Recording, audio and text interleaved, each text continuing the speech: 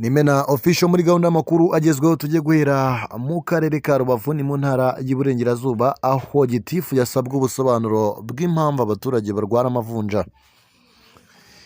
Ubuyobozi bw'akarere ka Rubavu buvuga ko bwandikiye ibaruwa umunyamabanga nshingwabikorwa w'umurenge wa Nyamyumba bumusaba gutanga ubusobanuro bw'impamvu abaturage ayoboye barwara amavunja. Abaturage bo mu mudugudu wa Pfunga ni mu kagari ka Kinigi muri uyu murenge wa Nyamyumba bavuga ko amavunja barwara baterwa n'umwanda ahubwo ari amashitani. Umwe yagize ati impamvu ndabyita amashitani nuko na kiriya kirenge cyarwaye nacyo cyarakarabye ubundi kikajarika.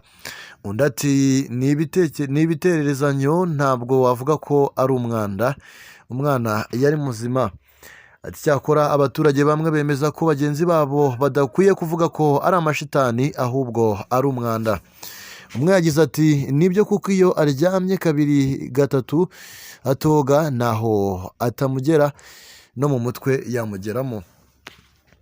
Undi yagize ati ntabwo ari amashitani ahubwo ni imibereho mibi, ubicunze neza wasanga amadayimoni agomba kubaho ariko habaho n'umwanda kuko azajya guca inshuro aze bwije ntabone umwanya wo kwiyitaho.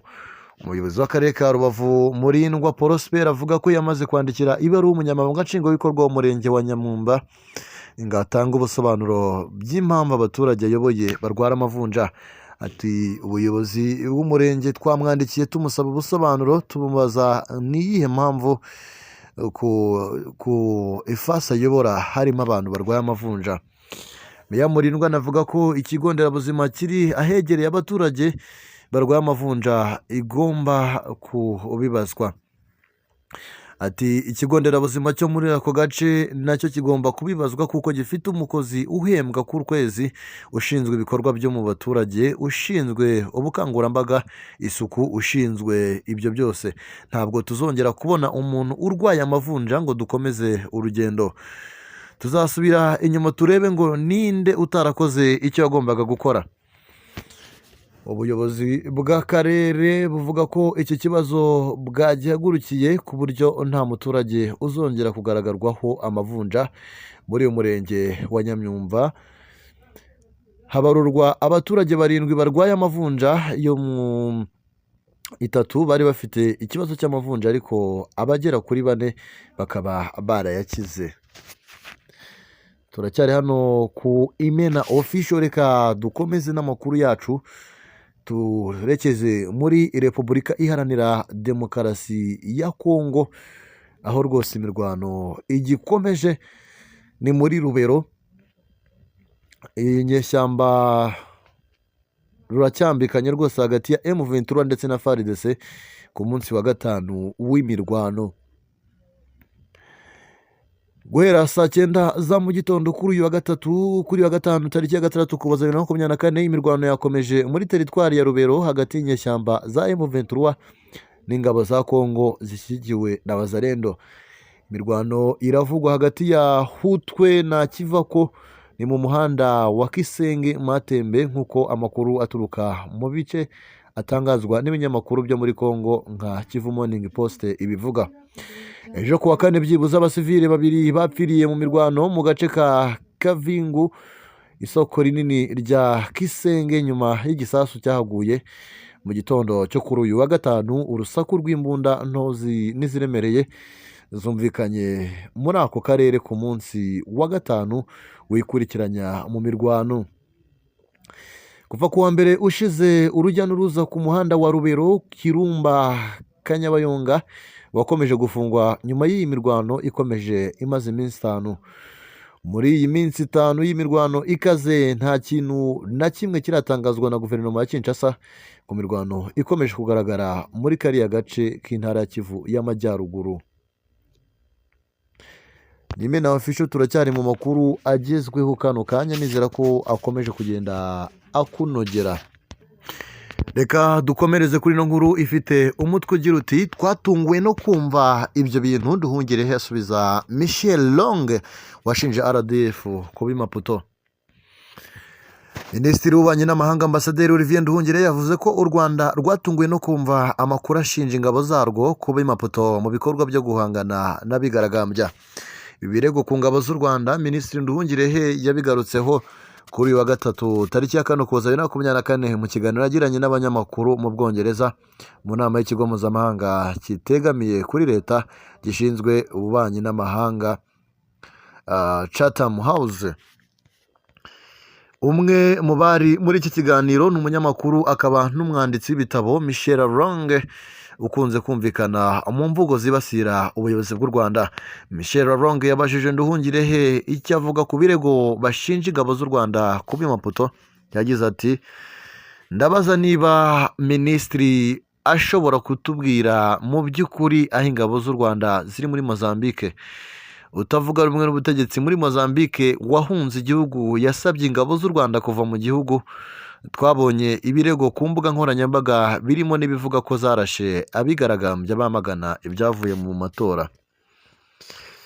Muri iki kiganiro Michel Laurent yarenze ibivugwa nawe atangira gusa n'ushinja ingabo z'u Rwanda kuba Maputo. Ati, ndibaza ntibarihe abasirikare b'u Rwanda, ese boherejwe mu mujyi? Twabonye amashusho agaragaza ko boherejwe mu majyepfo mu mijyi, barihe? Ni iki bazakora mu gihe iyi myigaragambyo ikomeje?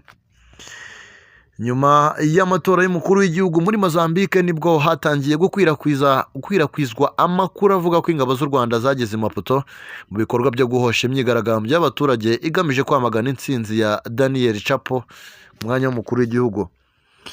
Mu gusubiza Michel Laurent, Minisitiri Nduhungirehe yavuze ko aya makuru ashinja ingabo z'u Rwanda kuba Maputo nta shingiro afite.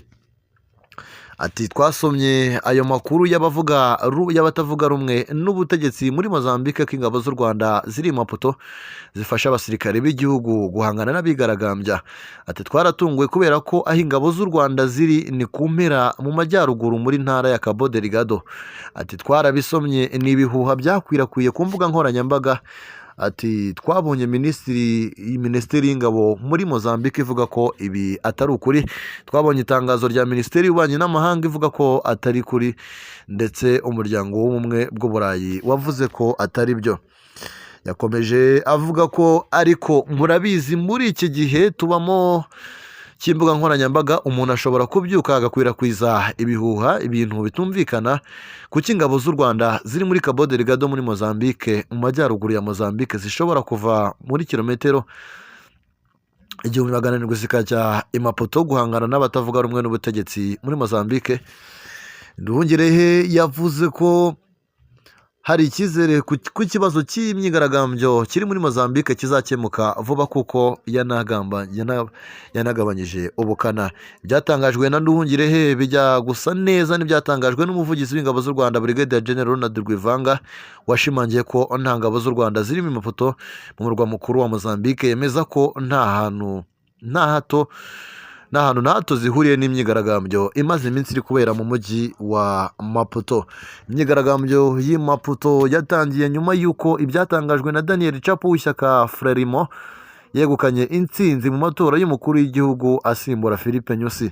Venancio Mondlane watsinzwe amatora yanze kwemera ibyavuye mu matora ndetse asaba abamushyigikiye kugana iyi myigaragambyo. Reka dusoreze kuri ino nkuru igira iti, umunyarwanda akwiye kubaho igihe kirekire kandi neza. Dr Ngirente ni minisitiri w'intebe. Ati, kwizamurwa rwose ry'umusanzu wa pansiyo. Ushobora kwibaza ngo inkuru iteye ite mu by'ukuri? Inkuru iragira iti, minisitiri w'intebe Dr Edouard Ngirente yasobanuye impamvu y'izamurwa ry'umusanzu w'ubwiteganyirize bwa pansiyo. Avuga ko bigamije gutuma abanyarwanda bajya mu kiruhuko cy'izabukuru babasha kubaho neza. Minisitiri w'intebe yabigarutseho kuri uyu wa 6 Ukuboza 2024 mu kiganiro yagiranye n'itangazamakuru cyagarukaga ku buzima bw'igihugu muri rusange. Mu minsi ishize nibwo hamenyekanye icyemezo cyo kuzamura umusanzu w'ubwiteganyirize bwa pansiyo, aho kuva muri Mutarama 2025 umukozi azajya atanga 3% nk'umusanzu we w'ubwiteganyirize bw'izabukuru, umukoresha nawe akamutangira angana, aricyo byose bibe 12%. umusanzu w'ubwiteganyirize wari usanzwe uri kuri 6%, umukozi agatanga 3%, umukoresha nawe agatanga 3%, guhera muri Mutarama uzagera kuri 12%, ariko ukazakomeza kwiyongera ku buryo uzagera kuri 20% uhereye muri 2027 kugeza muri 2030. Muri icyo gihe ni ukuvuga ko hagati ya 2027 na 2030 hazajya hiyongeraho 2%. Minisitiri we Dr Edouard Ngirente yerekanye ko kuri ubu icyizere cy'ubuzima ku banyarwanda cyiyongereye kikaba kiri ku myaka 69 kandi bigenda byiyongera. Avuga ko bishoboka ko nyuma yo kujya mu kiruhuko cy'izabukuru umuntu ashobora kubaho imyaka myinshi kuruta iyo yamaze akora. Yavuze ko ubwo abanyarwanda basigaye babaho igihe kirekire badakwiye kubaho babayeho nabi. Ati niba twishimira ko umunyarwanda azajya ava mu kazi akamara imyaka nk'iyo yari amaze mu kazi, azaba atunzwe n'iki? Aho rero guverinoma yararebye iravuga iti umunyarwanda ubwo agiye kubaho igihe kirekire ntabwo azagomba kubaho igihe kirekire abayeho nabi. Twumva akwiye kubaho igihe kirekire ariko abayeho neza. Aho niho twavuze ngo turasabwa kugira ngo twigomwa tukamubikira kuko ariyo mafaranga ya pansiyo RSSB ifata n'ay'abaturage tukayabikira abantu. Iyo bigeze rero mu gihe kigoye turayabasubiza. Minisitiri w'Intebe yavuze ko harebwe ibi byafasha kugira ngo umuntu ugiye mu kiruhuko cy'izabukuru abashe gukomeza kubaho mu buzima butari munsi y'ubwo yari abayeho mu gihe yari ashoboye gukora. Turavuga tuti kugira ngo bigende neza nuko habaho kwigomwa. Umunyarwanda azigomwa mu yo twamubikiraga mu musanzu atanga akantu gatoya, ubundi yigomwaga 3, yigomwe 6 kuzagenda bizamuka. Hanyuma n'umukoresha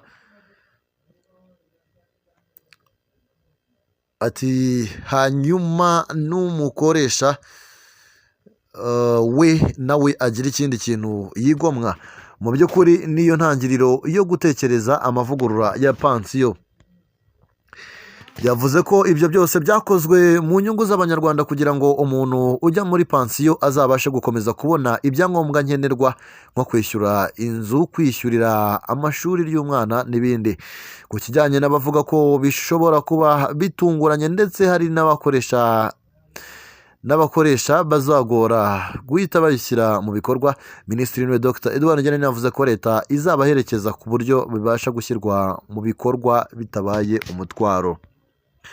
Ati kugeza ubu tubemerera ko ikigo kizaba gishoboye kwishyura neza guhera mu kwezi kwa mbere kizishyura, ariko ikigo kizagaragaza ko gifite ibibazo bitatuma bikunda, icyo tuzabasaba ukumenyekanisha neza, hanyuma dukurikije ibyo bazaba basabye ku ruhande rwabo tuzagenda tubaherekeza.